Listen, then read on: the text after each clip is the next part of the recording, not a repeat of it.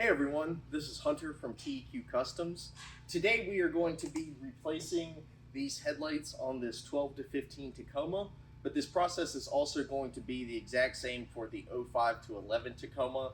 So this video will apply to all of the second generation Tacoma headlight install.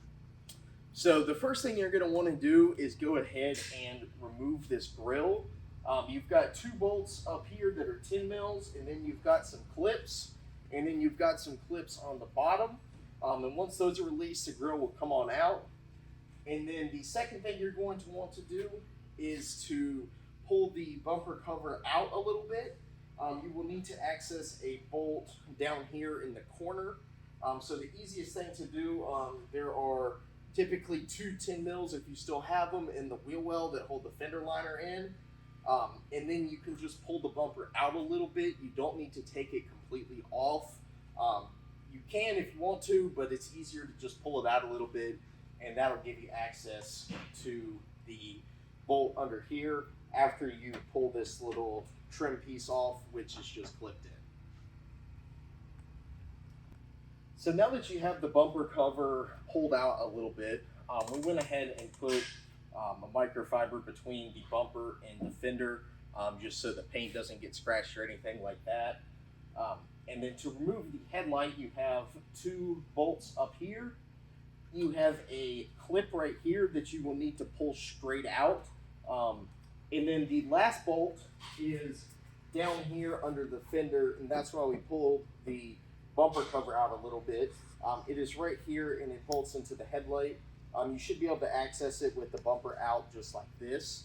And then once you remove that, you can go ahead and take the headlight out. And then you'll just need to disconnect the connections for the parking light and the running light / turn signal bulb, and then your stock headlight connection on the back of the headlight, and then everything will come on out and you can go ahead and set these aside.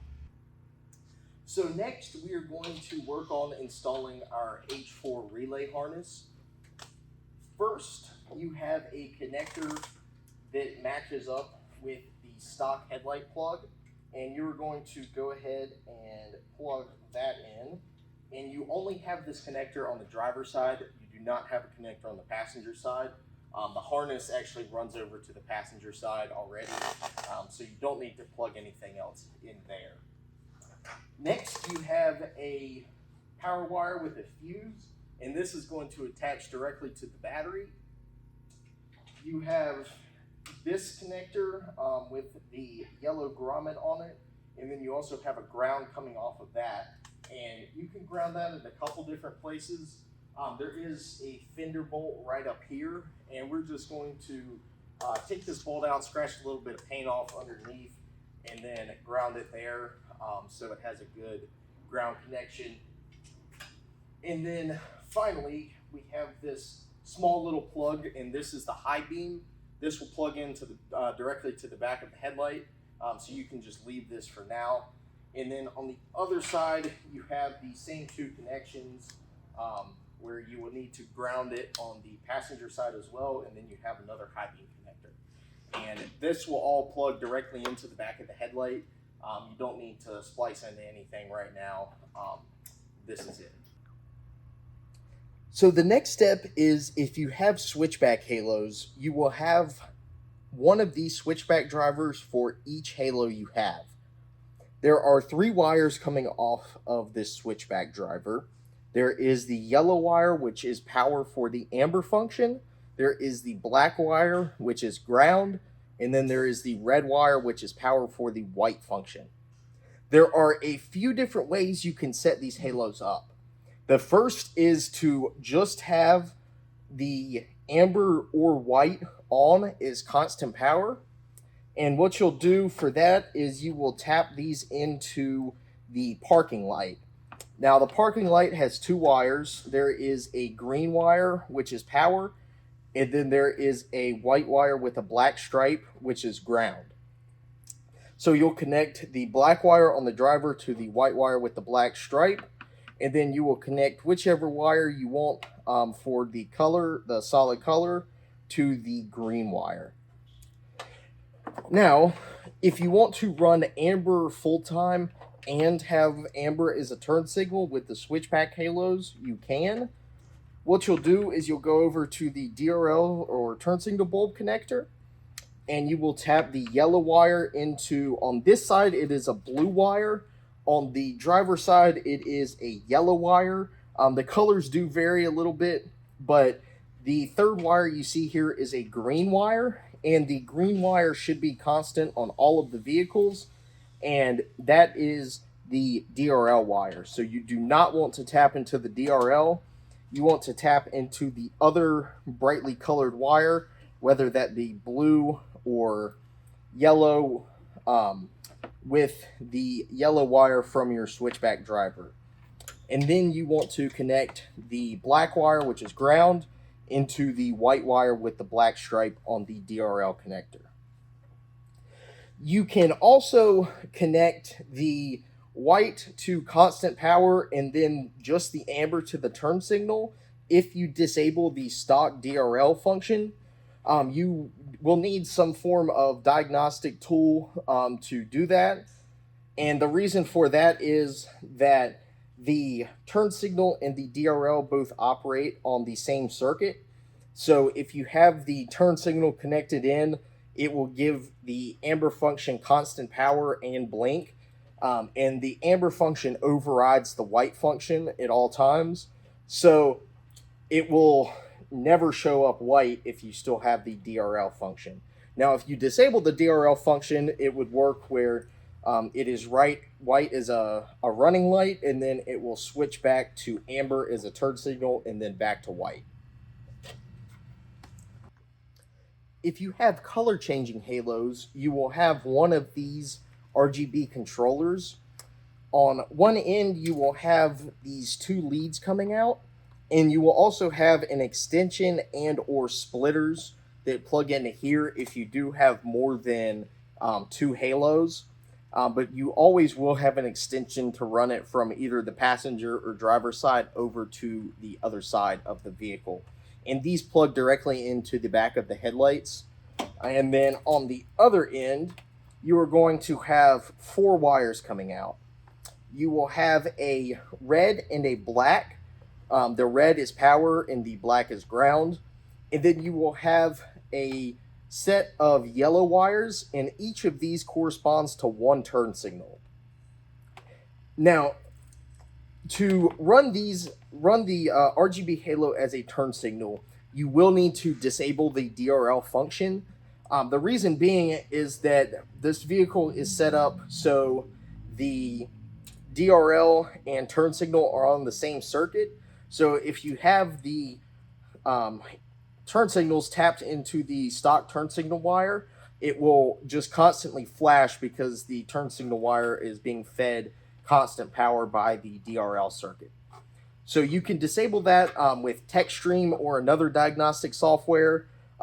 Your dealer should have it, or any Toyota specialized repair shop should have that software, and it takes about 2 minutes to do. You just connect to the car and click a button, and then you're good to go. If you do want to connect in the turn signals, the two yellow wires, you can wire either into either side. It doesn't really matter. Each of the yellow wires is going to correspond to one of these leads.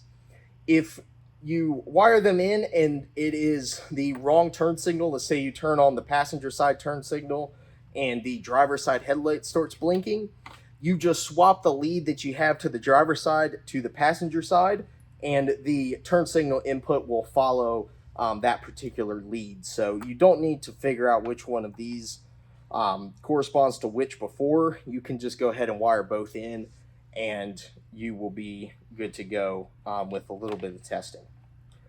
So if you are wiring these two turn signal power wires in, on the stock DRL/turn signal connector, you will have three wires. The turn signal power wire does change colors a little bit depending on the vehicle and which side of the vehicle you're on. However, the DRL is always, almost always, a green wire. So that is the wire you don't need to tap into. The other wire that is colored On this side, it is a blue wire. On the driver's side of this vehicle, it's a yellow wire. That is the turn signal power wire. And then the wire in the middle is white with a black stripe, and that is ground. You can ignore that for right now. So you want to connect each of these yellow wires into the turn signal power wire on this DRL and turn signal connector. For the red and black wires, you are going to want to connect those into the parking light. The parking light has two wires coming out of it. It has a green wire, which is power. So you will connect the red wire from your RGB controller to this green wire. And then it also has a white wire with a black stripe, and that is your ground. So you will connect the black wire from your RGB controller into that white wire with a black stripe. And that will allow you to select when the halos are on using the headlight stalk. It's just the first click on the headlight stalk is your parking lights. So that will, it's basically just acts as a built-in switch for the halos. So you don't have to run them all the time if you don't want to. If you do, you can just leave the headlight stalk on that parking light setting. So now that you have everything wired in, we are ready to complete this install. So the first thing that you want to plug in is the Halo driver, which is this black box with this connector on it, and that will plug directly into this connector that is grounded. Pay special attention because this connector does have polarity. The blue wire is power and the brown wire is ground. So that will need to plug in and match up with the power and the ground on the harness connector. So if you test it and your headlights aren't working, that is the most likely culprit. And you will just need to flip that connector 180 degrees and then everything will be fine. Next, we have the high beam connector, which is the little white connector on the back of the headlight and then this little black connector on the harness. This connector can only plug in one way, so you don't need to worry about the polarity. And if the pins push out, you can just stick those back in, and you should feel them click in, and then now they're secure in there. Next, you'll just want to plug in your parking light and your turn signal / DRL bulb over here. And then you are ready to go ahead and put the headlight back in. And then the final thing is if you have halos, you will have a matching connection on the back of the headlight for the halos. The switchback drivers are this little cylindrical connection, and those just plug right in. And then if you have RGB halos, those use the small little JST connectors that we talked about prior, and those, again, just plug right in. The last thing you need to do after you have the headlights back on and you've tested the function of everything is to adjust them. So you want to take a measuring tape and aim or measure from the ground to the center of the headlight. On the lens, there is actually a small little dot in the middle, and that is the center point. So you can measure from the ground to that little dot. And then you want to back up about 20 feet from a wall and measure the height of the beam on that wall as well.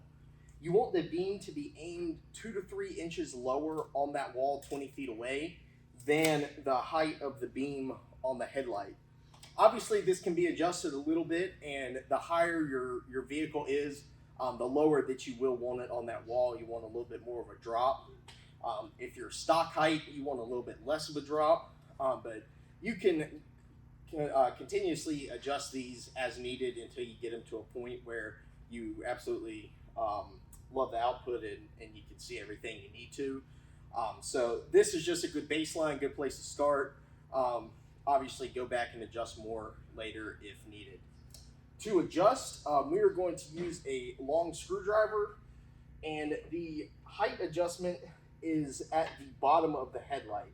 On the back of the headlight, you will see a little slot that you can put the screwdriver through that leads to the adjuster down on the bottom.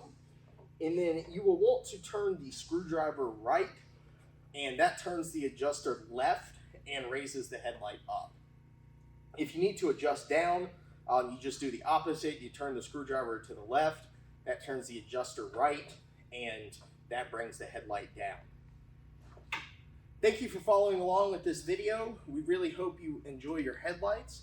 If you have any questions, comments, concerns, please reach out to us. Our email is teqcustoms@gmail.com, and our phone number is 919-903-4555. If you also, please take a moment to take some pictures of your new headlights and share them with us. We'd love to feature you on our social media platforms. Thank you.